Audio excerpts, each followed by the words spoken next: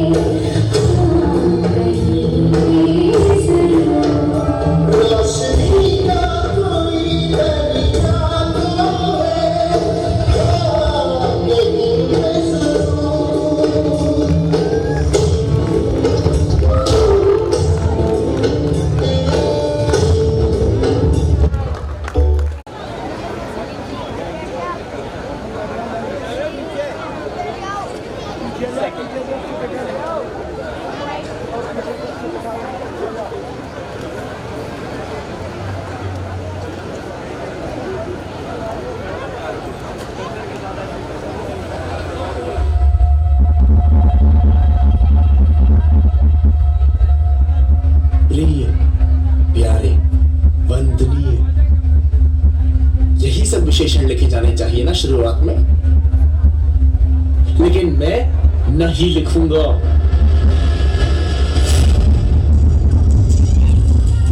Daddy, पिताजी, परम पूज्य, आदरणीय, यही संबोधन किए जाने चाहिए ना, लेकिन मैं वो भी नहीं करूंगा, क्योंकि आपको कोई विशेषण दिया ही नहीं जा सकता। श्रीमान रतन सिंह राठौर,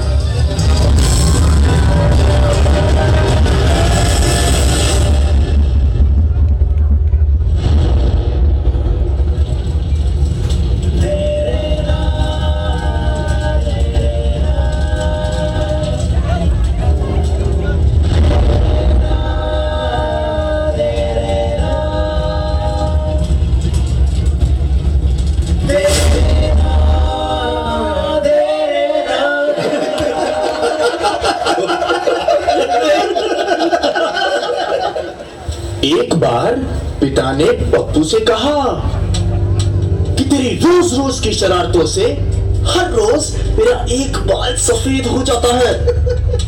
तब पप्पू बोला, अच्छा डैडी, अब समझ में आया कि दादाजी के सारे बाल सफेद किसने किए।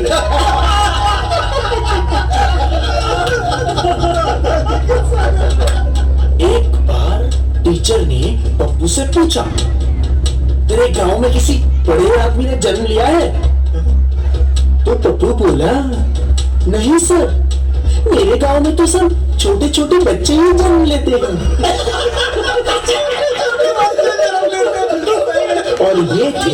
छोटे-मोटे चुटकुले। और अब सुनो बड़ा जोक है, बड़ा।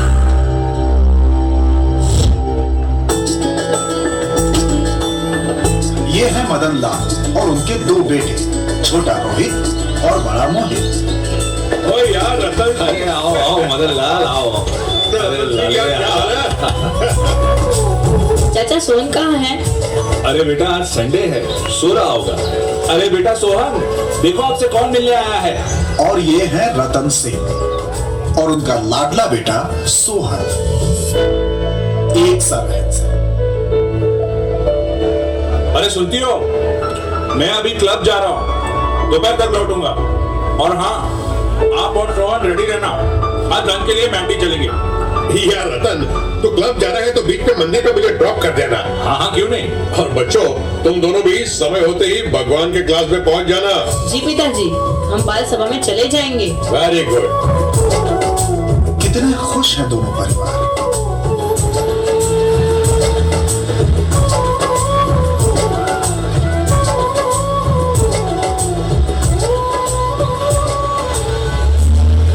एक बन गया प्रभु का दीवाना तो दूसरा बन गया पैसों का गुलाम। एक ने सत्संग में रंग जाने की दिशा चुनी तो दूसरे को चढ़ गया स्टेटस की दिशा। आप सोच रहे होंगे इसमें हंसी कहाँ आई, हंसना कहाँ आया। अरे सब्र करो, बहुत बड़ा जोक है। हंसी के तो हमारे छूटने वाले हैं। 5 साल बाद देखो क्या हुआ।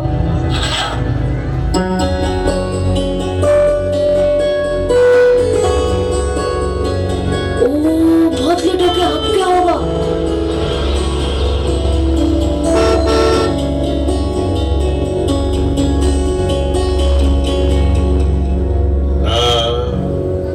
पर पिताजी बस। सीजी कहे पूजा करो, आज हम आपको स्कूल छोड़ने आएंगे। जी हाँ।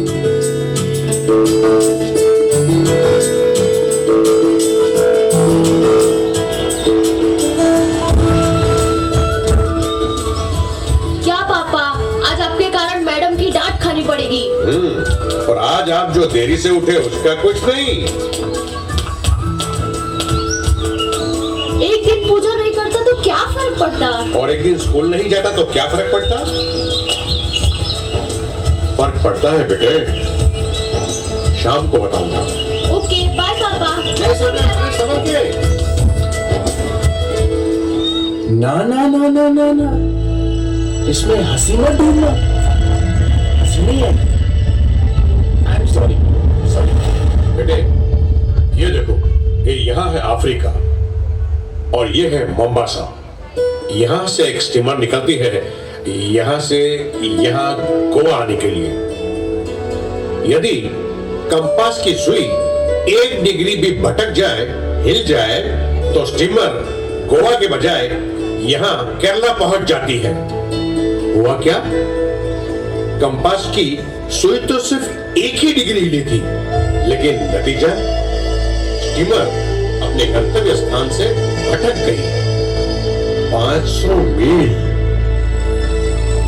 वैसे ही जीवन में अगर एक दिन भटक जाए तो सालों के बाद युवक सभा? पर पापा मैं तो ट्यूशन गया था। वो क्या है ना, जीत गया। युवक सभा।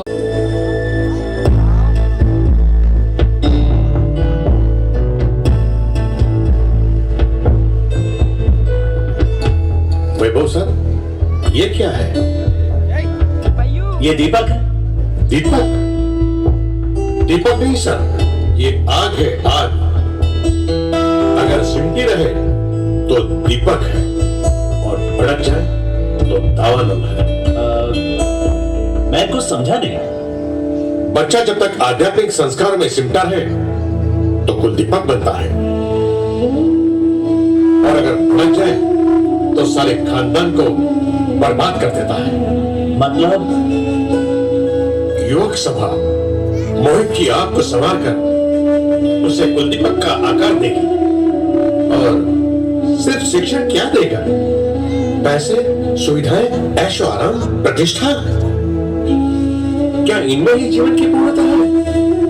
आप अपने बेटे को क्या देना चाहोगे सर? सत्संग देना ही होगा। ठीक है। देर आए दुरुस्त आए। मोहित, उसे भी अपने साथ ले जाना और मैं मोहित के ट्यूशन का समय बदल दूंगा। मदन लाल जी, यदि मैंने ना कही होती तो? जाहिर है मोहित दूसरे क्लासेस में जाता है। एनीवे, हाँ के लिए धन्यवाद।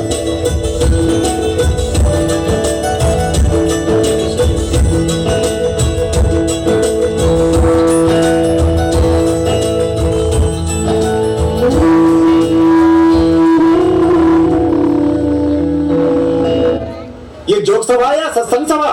अरे असली हंसी तो सत्संग में ही है। पप्पू के पिताजी ने बाजी बिगाड़ दी। कौन है ये पप्पू के पिताजी? अरे धीरज रखो, पप्पू के पिताजी आएंगे और बहुत बड़ी हंसी लाएंगे। आएंगे आएंगे।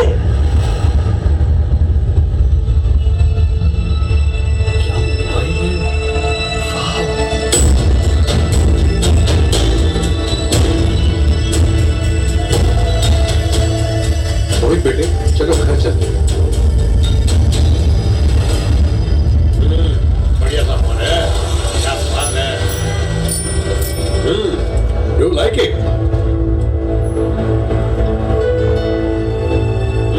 बहुत अच्छा स्क्रीन है, बहुत बढ़िया स्क्रीन।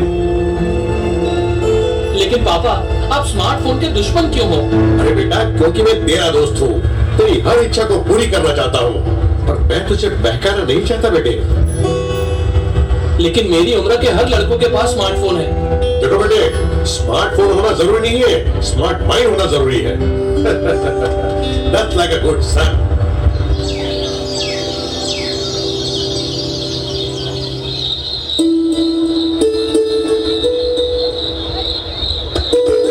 देखो बेटे, इच्छाओं के मालिक बनो, गुलाम नहीं। जरूरत से ज्यादा चीजें मोह करवाती है। तो फिर आप मुझे साधु ही बना दो। साधु? साधु यानी अच्छा इंसान ना? अरे वही तो बना रहा हूं मैं तुझे। तो क्या स्मार्टफोन रखने वाले मेरे दोस्त बुरे इंसान है क्या? मैंने ये तो नहीं कहा।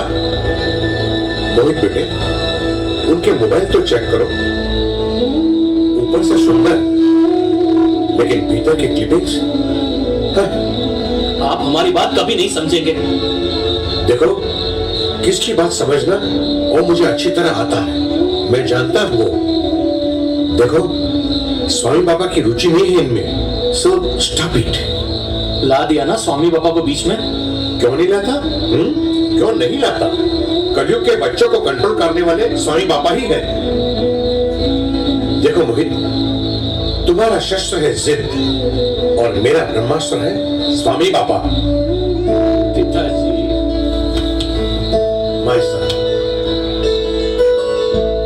मोहित, बहुत सोच समझकर तुम्हारा जीवन गठन कर रहा हूं मैं, और मुझे विश्वास है कि स्वामी बाबा के मार्ग पर चलने वाला मेरा बेटा जीवन में कभी दुखी नहीं होगा। विश्वास करो।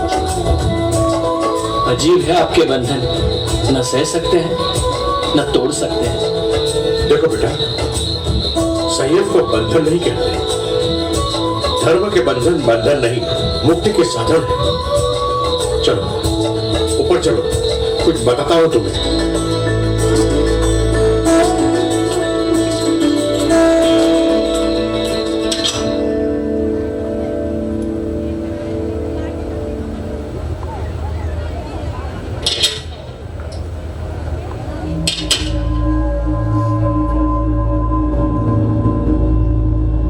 ये देखो।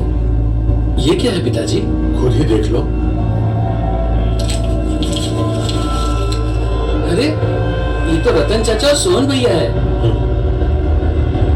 अब ये देखो। इतना नहीं चाहता था। जब भी मैं उसे मिलने जेल में जाता था, उसके पिता का जिक्र होते ही अंदर चला जाता था। लेकिन पिछली बार जब मैं उसे मिलने गया तो उसने ये लेटर दे दिया अपने पिता के नाम, और कहा, अंकल आप अपने हाथों से मेरे पिताजी के हाथ पे लेटर देना। आज ये लेटर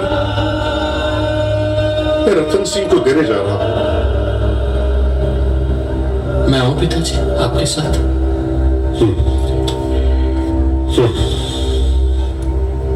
अब हंसो, पर क्यों? क्योंकि हंस का कौवा बनाने वाले की एंट्री जो होने वाली है। कौन है भाई?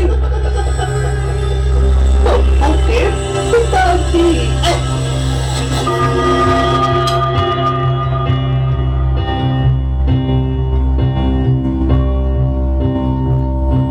रतन सिंह,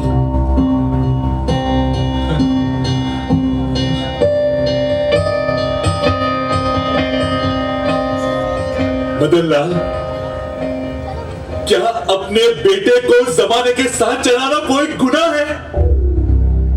हाँ, जमाने के साथ नहीं बल्कि धर्म के साथ चलाना चाहिए था।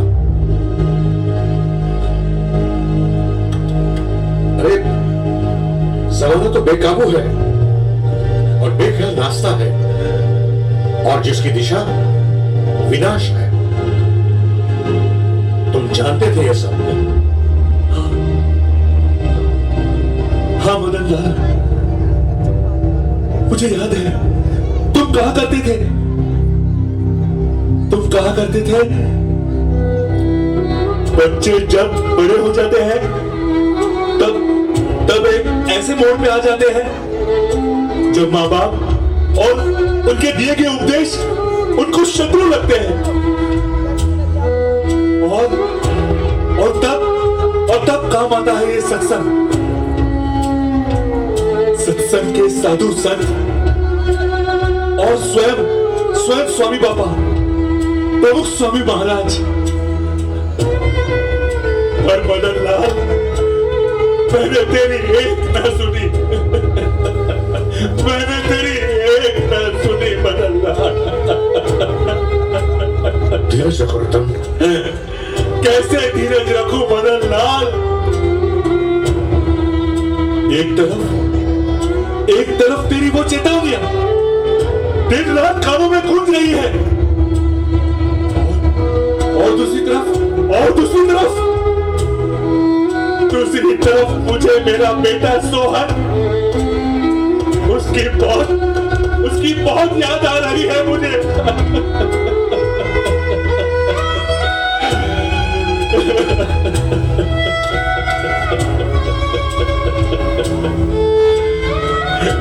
मदन लाल, ये क्या हो गया?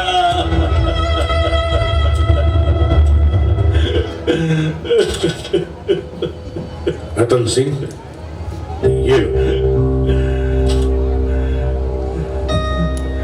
ये क्या है? पत्र सोहन ने भेजा है, ये तुम्हारे लिए। सोहन का पत्र मेरे बेटे ने मेरे लिए भेजा है। देखो मदन लाल, मेरे बेटे सोहन ने मेरे लिए पत्र भेजा है। मैंने कहा था ना, कोई भी बेटा अपने माँ बाप से इतना नाराज नहीं हो सकता। मदन लाल,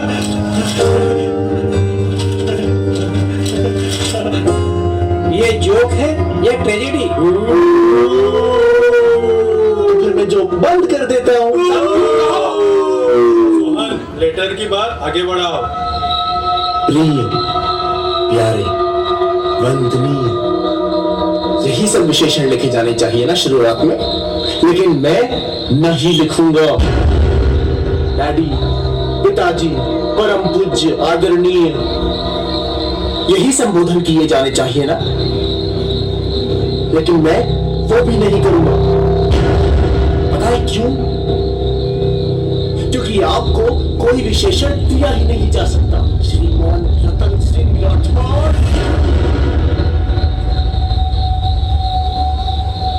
धक्का लगाना।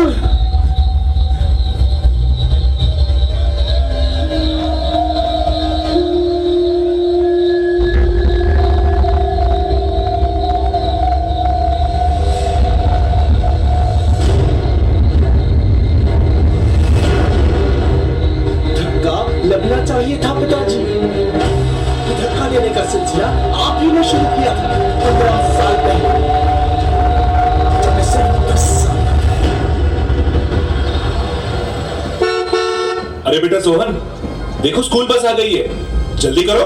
पर पापा, पूजा के लिए सिर्फ 2 ही माला बाकी है। अरे बेटा सोहन, आप अभी बच्चे हो इन सब बातों के लिए। सुबह की स्कूल है और बच्चों के लिए ये सब ना हो तो भी चलता है, सब चलता है। ठीक है पापा। वाह पिताजी, वाह, सब चलता है, सब चलता है। आपको पता है पिताजी कि मेरे जीवन के आईने पर सबसे पहली दरार आपने की थी, आपने। और आज वही आईना टूटकर चूर चूर हो गया है, बिखर गया है। पूजा की जितनी मालाएं बाकी थी ना, वो सब जेल में पूरी कर रहा हूं मैं। और आप मेरे पितृदेव, मेरे पिता, ऐसे तो बहुत सारे तोहफे दिए हैं आपने मुझे, बहुत सारे। एक बार पप्पू ने गुस्से में आकर एक बच्चे पर साइकिल चढ़ा दी। बच्चा घुर्रा कर बोला, अबे घोंचू, ब्रेक नहीं मार सकता था। तब पप्पू बोला, पूरी साइकिल तो मार दी, अब क्या ब्रेक निकाल के मारू क्या? इसे कहते हैं जवाब, मुंह तोड़ जवाब। ऐसे जवाब देना सीखो बेटे। हाँ। मुझे आज भी याद है आपकी वो बेबुनियाद गुमराह करने वाले चुटकुले और अंग्रेजी भाषा का आपका वो झूठा नशा। मुझे नहीं पीना दूध। बेटे सोहन, मिल्क ड्रिंक कर लो प्लीज, वरना आप ग्रो कैसे होंगे? नहीं पिताजी। आपको जितना लायक हो उतना मिल्क टेक कर लो। वेरी गुड, मेरा अच्छा बेटा। अब मुझे स्टोरी सुनाओ। बेटे Sohan, look in the clock, it's already 11 o'clock। जब मॉर्निंग होगी ना, तब मैं पक्का स्टोरी सुनाऊंगा। अब आप गुड बॉय हो, आईज क्लोज करो। चलो बेटा, सो जाओ। स्लीप बेटा, स्लीप। आप शायद नहीं जानते पिताजी, लेकिन आपके रोज रोज के झगड़ों से मेरे नन्हे से दिमाग पर कितना गहरा असर पड़ता था। और तो और हकीकत ये है। वाह पिताजी, वाह, क्या परवरिश की आपने मेरी। आप अपने कुत्ते तक को बांध के रखते थे और अपनी खुद की संतान को आपने ऐसे ही छोड़ दिया, बिल्कुल खुला छोड़ दिया, बिगड़ने के लिए। वाह, धन्य है आप पिताजी, धन्य है आप।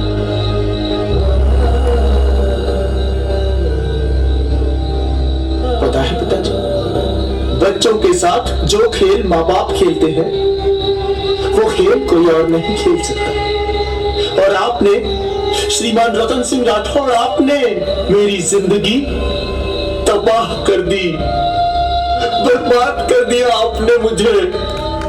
सोहन, चलो बाल सभा में। जरा एक मिनट। हाँ भाई, किसका काम है? अंकल, सोहन कहाँ है? बाल सभा में जाना है। अच्छा, तो वो आ भी हो। आना जरा, अंदर आना।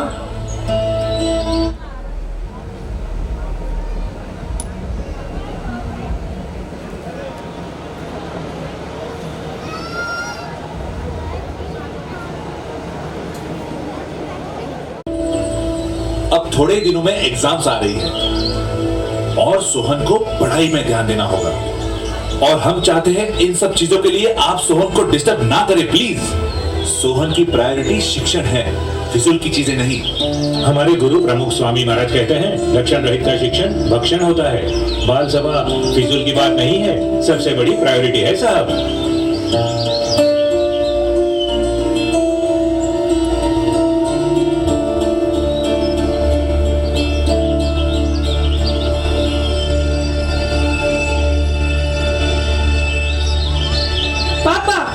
आपने चेतन भाई को क्यों भगा दिया?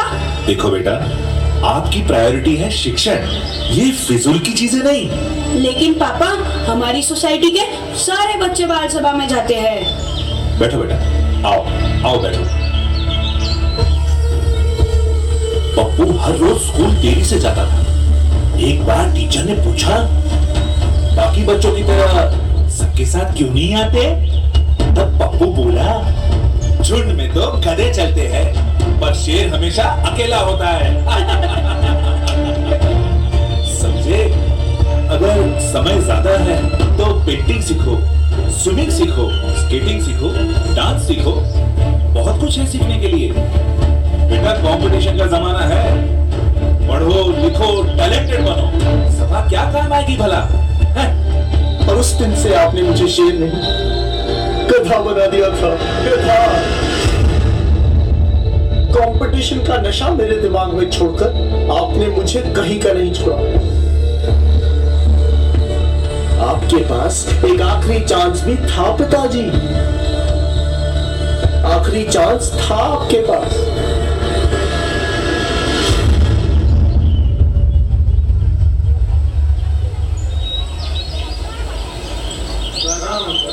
प्रणाम।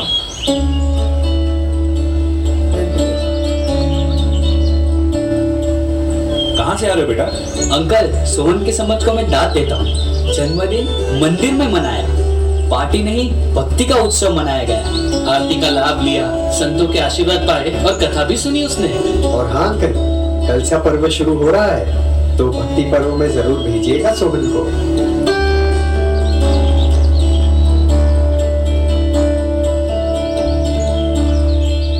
मुझे जन्मदिन का आशीर्वाद दीजिए पिता। जरूर, जुग जुग जियो बेटा। मैं भक्ति पर्व में जाऊं? सोहन, तू क्या साधु संत बनेगा? आरती, कथा और सभा, ये क्या रट लगा रखी तूने इस उम्र में? कितना रूढ़ी हो गया है तू। ऑर्थोडॉक्स। और हाँ, तेरे माथे पे तिलक किसने लगाया? तू कोई मंदिर का पुजारी बनने वाला है? ये तो लड़कियों का काम है, हटा इसको अपने माथे से।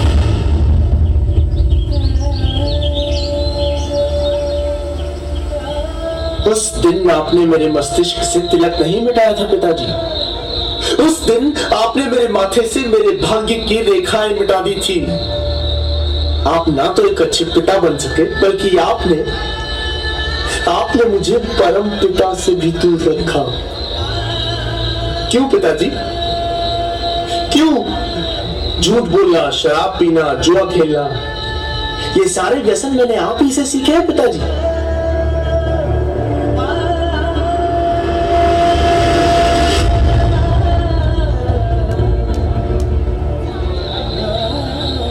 जुआ खेलना मैंने आप ही से सीखा।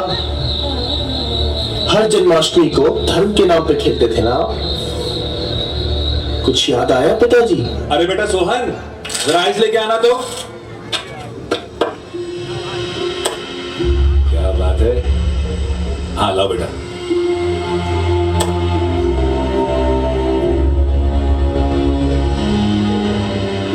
और मम्मी के बारे में मैं क्या बताऊं? हर शनिवार और रविवार खाना बनाना बंद।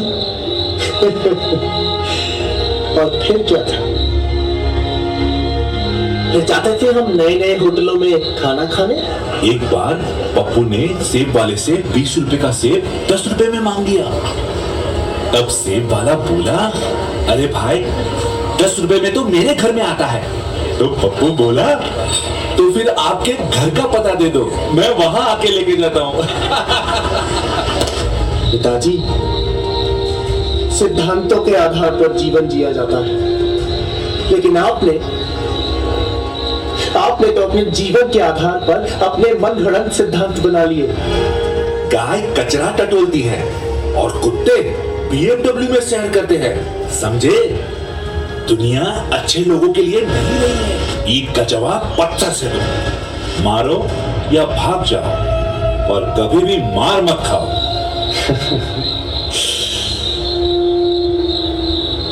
और जिसका सबसे पहला शिकार मैं बना। हाँ पिताजी, मैं बना। एक दिन मेरे पिताजी ने मुझको पूछा, अरे बेटा पप्पू, तू सिगरेट क्यों पीता है? तो पता है मैंने क्या कहा? मैंने कहा कि जितने पैसे आप मुझे देते हो उसमें शराब तो आती ही नहीं है।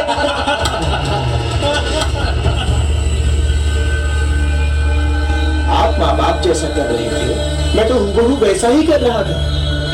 और देखो, आपको कॉपी करते करते मैं कितना कितना आगे आ गया। स्टेटस का भूत मुझ पर ऐसे सवार था। अपने दोस्तों को स्टाइल मारने के लिए मैंने आपसे बाइक मांगी और आपने अपने स्टेटस की भूख को शांत करने के लिए मुझे एक शानदार धूम टाइप बाइक दिला। और आपके साथ मैं भी स्टेटस की हवस का शिकार हो गया। न जाने क्या हो गया था मुझे।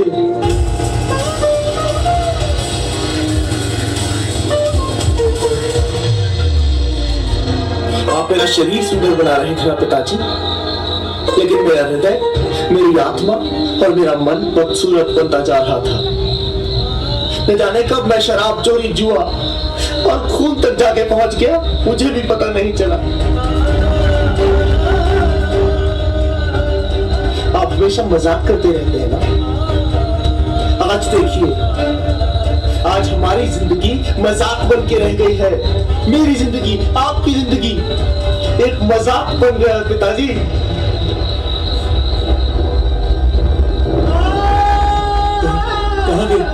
कहाँ गए बेटे, कहाँ गए? एक आखिरी बार मैं आपको पिताजी लिख रहा हूँ। आप जो भी हैं, आप मेरे माँ बाप हैं, मेरे पालनहारा हैं, मेरे जन्मदाता हैं। मैं आपसे मिलना चाहता हूँ और यही मेरी अंतिम इच्छा है। आप मुझसे मिलने आएंगे ना पिताजी? मैं कैदियों की हाजिरी में मिलूंगा आपसे। आप आएंगे ना मुझसे मिलने? मैं आपसे मिलना चाहता हूँ। आप मुझसे मिलने आएंगे ना? मैं जरूर आऊंगा मिलने। मैं जरूर आऊंगा बेटे। तेरी अंतिम इच्छा पूरी करने में जरूर आऊंगा। अन्य कैदियों की हाजिरी में कोई भी कैदी अपने संबंधी से नहीं मिल सकता। बात आपस में अकेले ही हो सकती है भाई, कायदा है। हाँ, और ये सोहन अजीब रट लिए बैठा है। कैदियों की हाजिरी में ही बाप से मिलूंगा। मालूम नहीं क्या चाहता है वो।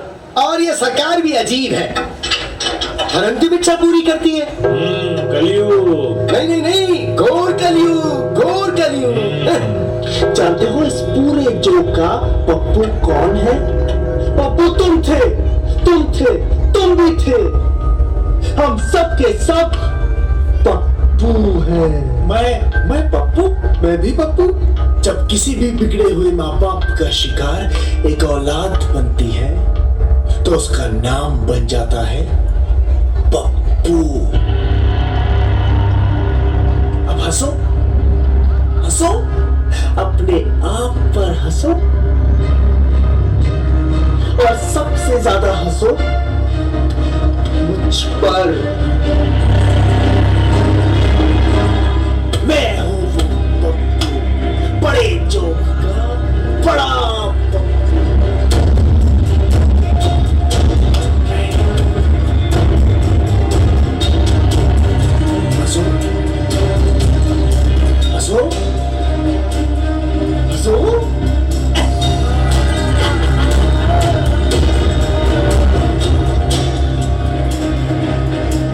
लेटर पिताजी के पास पहुंच गया है। मदन चाचा ने सब बताया मुझे। कल पिताजी आएंगे, देखते हैं क्या होता है। सोहन से मिलना है। बताते हैं, बैठ जाओ।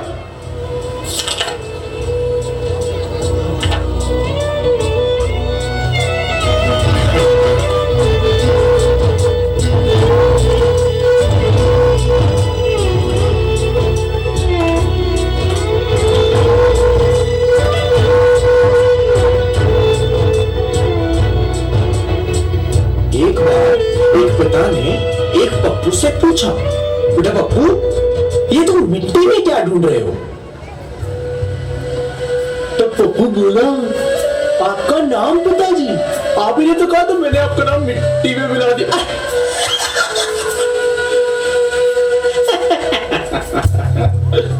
एक बार एक पड़ोसी एक पिता के पास जाके बोला, अपने पप्पू को संभालिए, उसने मुझे पत्थर मारा। तो पिता ने बोला आपको लगा? पड़ोसी बोला ना। तब पिता ने कहा फिर तो वो मेरा बेटा नहीं हो सकता। पप्पू जब मारता है तो वार खाली नहीं जाता।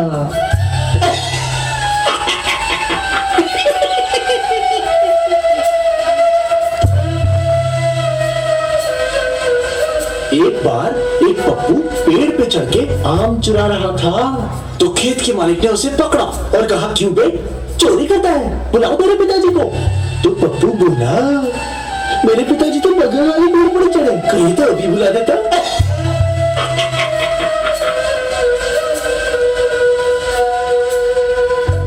मैं कहता हूं हंसो हंसो।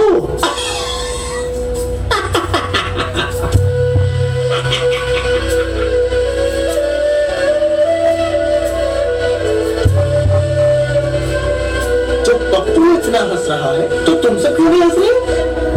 हंसो हंसो हंसो। अरे हंसो भाई।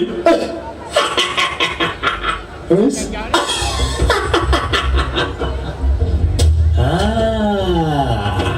आ गए महाशय। आइए पिताजी आइए। अरे देखो कौन आया है। पप्पू के पिताजी आए हैं। पप्पू के पिताजी। आइए पिताजी आइए आइए। बैठिए बैठिए। I said sit down down।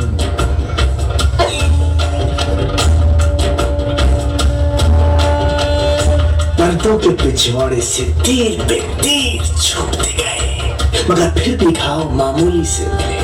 मौत की हिचकी तो तब उतर गई जब तीर चलाने वालों के नाम खुद के माँ बाप के मिले।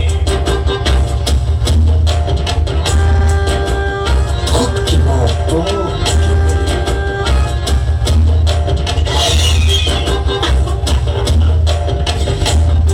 पप्पू भी बिल्कुल ऐसे ही हंस रहा था कि एकदम से उसके पिताजी बोले क्यों रे बदतमीज, मैं तुझे डांट रहा हूं और तू हंस रहा है कमबख्त, तुझे शर्म नहीं आती? तो पप्पू बोला पिताजी आप ही तो कहते थे कि मुश्किलों का सामना हंसते हंसते करना चाहिए।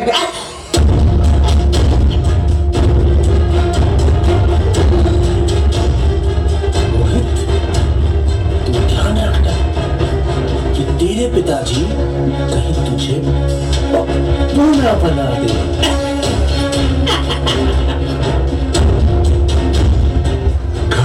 आग लगा दी घर के चिरागों ने। घर को आग लगा दी घर के चिरागों ने। चिराग ने घर को आग लगाई, पर चिराग को किसने आग लगाई थी? चिराग को संभालने की जब ताकत नहीं होती तो चिराग को घर में जलाते क्यों है घर वाले? बोलो भाई क्यों जलाते हैं?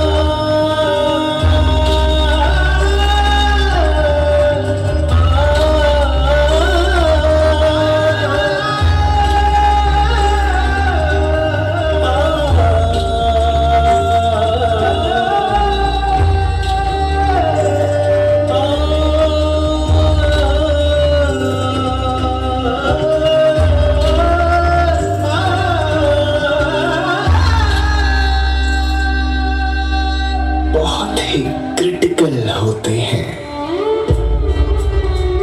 दीपक और कुलदीपक अगर बहक गए तो आतंक मचा दे,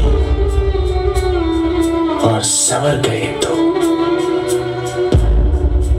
दुनिया सजा दे। और अब आखिरी जोक। I'm sorry बेटा। अंग्रेज चले गए सॉरी छोड़कर। Your sorry cannot make a dead man alive.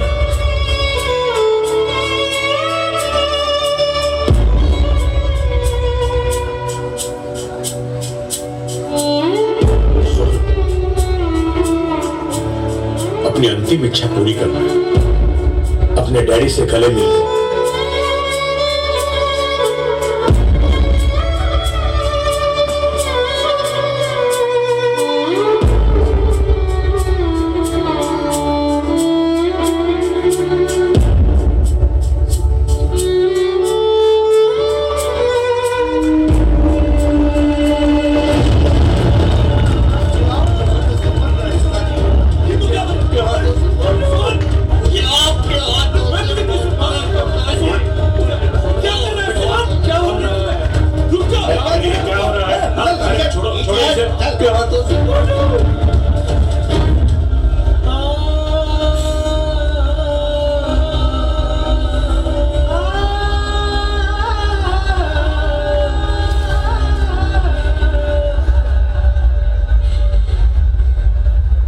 अब 10 मिनट बाकी है। ओके 10 मिनट बाकी है, समय समाप्त हुआ। लेकिन मेरे जवाब का क्या होगा? बच्चा यदि शैतान बने तो कौन है उसका जिम्मेदार? बच्चा छोटा होता है, क्या माँ बाप भी छोटे होते हैं? बच्चा नासमझ होता है, क्या माँ बाप भी नासमझ होते हैं?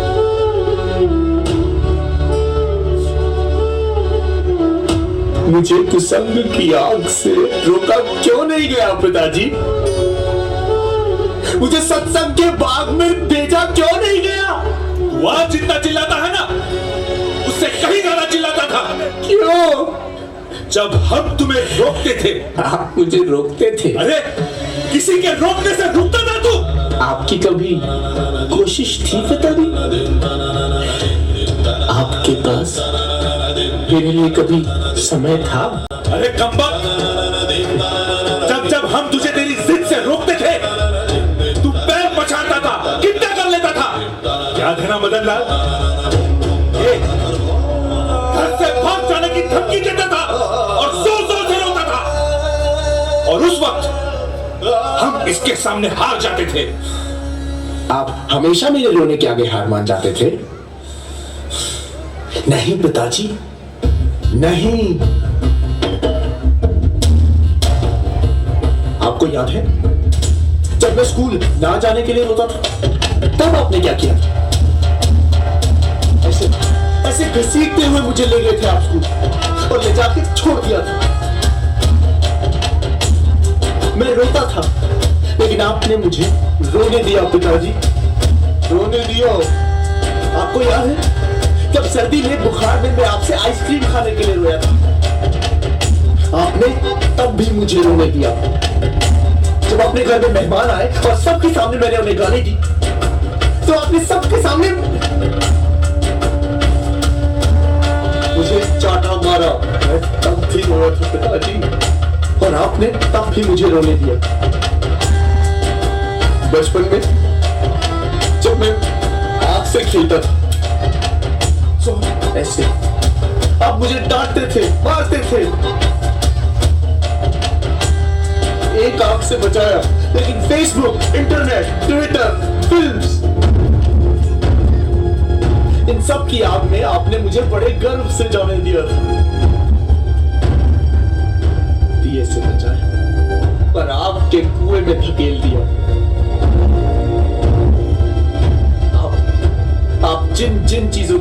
थे। आप उन सब से मुझे नहीं बचा पाए, आप उन सब से मुझे नहीं बचा पाए।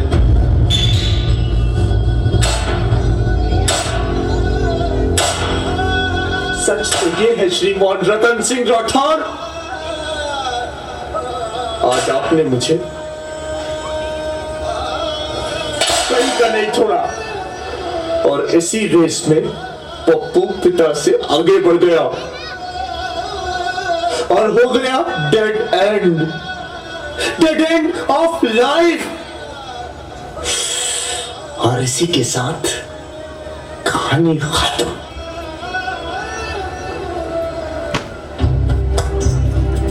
मोहित, बहुत सोच समझकर तुम्हारा जीवन गठन कर रहा हूं मैं। विश्वास करो, मुझे विश्वास है कि स्वामी बाबा के मार्ग पर चलने वाला मेरा बेटा जीवन में कभी दुखी नहीं होगा, कभी नहीं। बस करो सोहन भैया, बस करो। अब बस करो सोहन भैया, बस करो आप। किसे बस करना सीखना था मोहित? मुझे या डैडी को? Enough Sohan, enough. हाँ, मैं जानता हूं कि मुझे देखने वाले ये सारे लोग यही सोच रहे होंगे कि मैं पागल हो गया हूं। अपने कर्मों का दोष अपने पिता पर थोप रहा हूं। चलो, मान लिया कि मेरी गलती है, मान लिया। हाँ, मगर कितनी?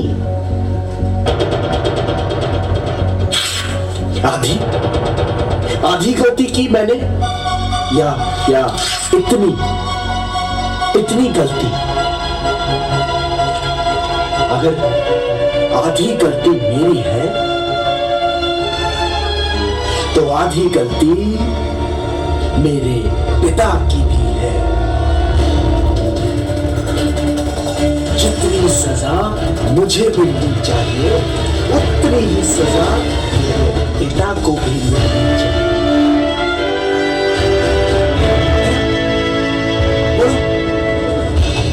मेरे पिता को सजा मिलनी चाहिए कि नहीं? मेरे पिता को सजा मिलनी चाहिए कि नहीं? मिलनी चाहिए, मिलनी चाहिए, मिलनी चाहिए, मिलनी चाहिए, मिलनी चाहिए, मिलनी चाहिए, मिलनी चाहिए।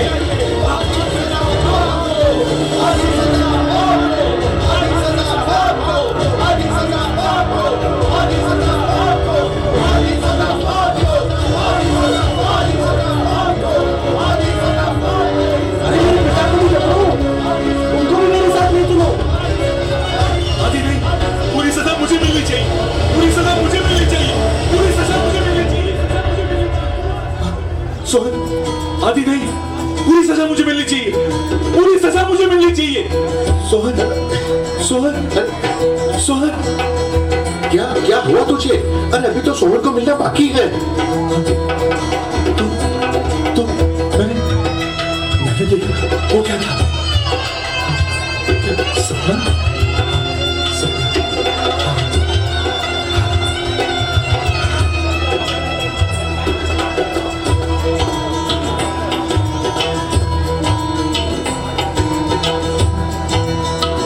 नाटक अभी बाकी है, नाटक अभी 15 मिनट का बाकी है।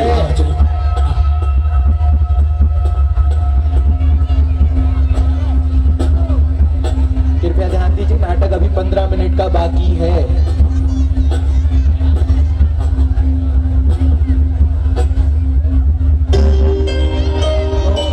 सभी लोग बैठ जाएं।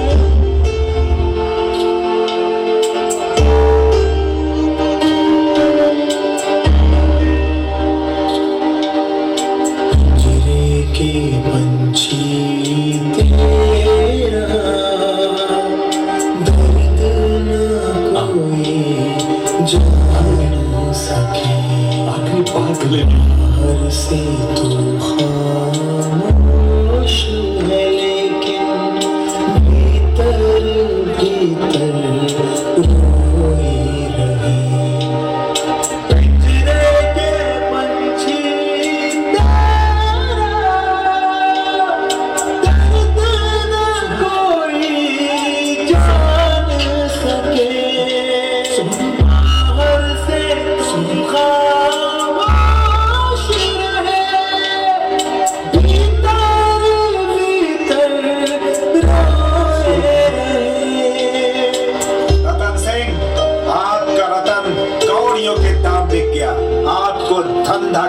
नहीं आया।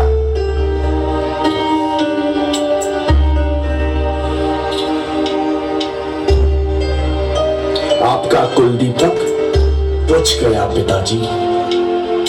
पूरी सजा आपको ही मिली है, आपको ही मिली है। कुलदीपक दीपक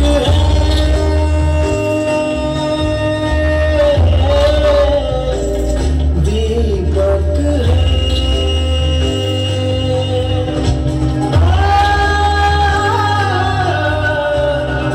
दीपक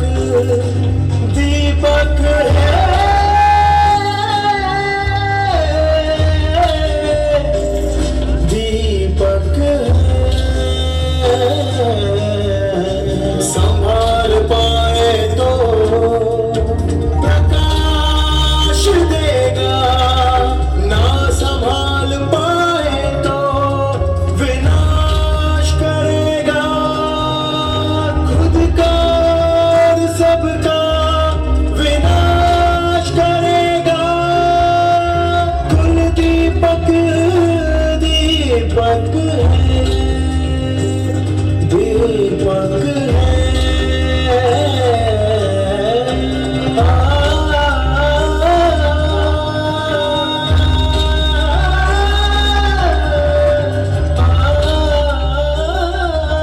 तो ये था नाटक कुलदीपक। एक बार जोरदार तीर्थ जैन के लिए भी जोरदार तालियां।